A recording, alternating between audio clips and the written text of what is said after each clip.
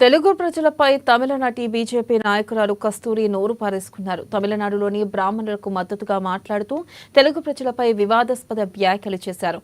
రాజుల కాలంలో అంతఃపుర మహిళలకు సేవ చేసేందుకు వచ్చిన వారే తెలుగువారని, అలా వచ్చిన వారు ఇప్పుడు తమది తమిళ జాతి అని పెద్ద మాటలు మాట్లాడుతున్నారని ఆగ్రహం వ్యక్తం చేశారు.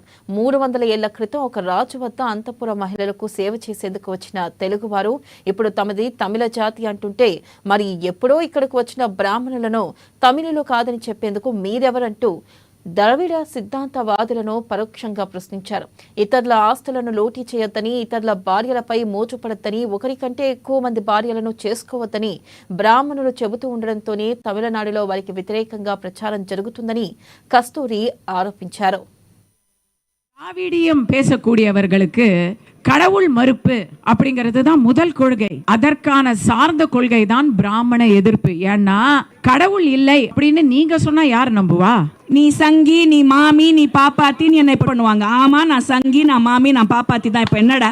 எனக்கு அதுல ரொம்ப பயமா இருக்கு. ஆளுங்கட்சியினருக்கு நாளைக்கு கல்யாணம் பண்றதுக்கு பிராமண பெண்கள் எப்படி கிடைப்பாங்க? நீங்க எங்க இனத்தை அழிச்சுப்பிட்டீங்கன்னா, எங்க அடையாளத்தை அழிச்சுப்பிட்டீங்கன்னா, பிராமண அடிவருடி சொம்பு அப்படின்னு சொல்றாங்கன்னு சொன்னாங்க. அவங்களுக்காவது அடிவருடி சொம்புன்னு சொன்னாங்க. என் நிலைமையெல்லாம் யோசிச்சு பாருங்க. சரி விடுங்க, அவங்க சொல்ற வார்த்தை திராவிடியாத்தனத்தை விட ரொம்ப கொச்சையான வார்த்தை ஒன்றும் கிடையாது. அது கூட என்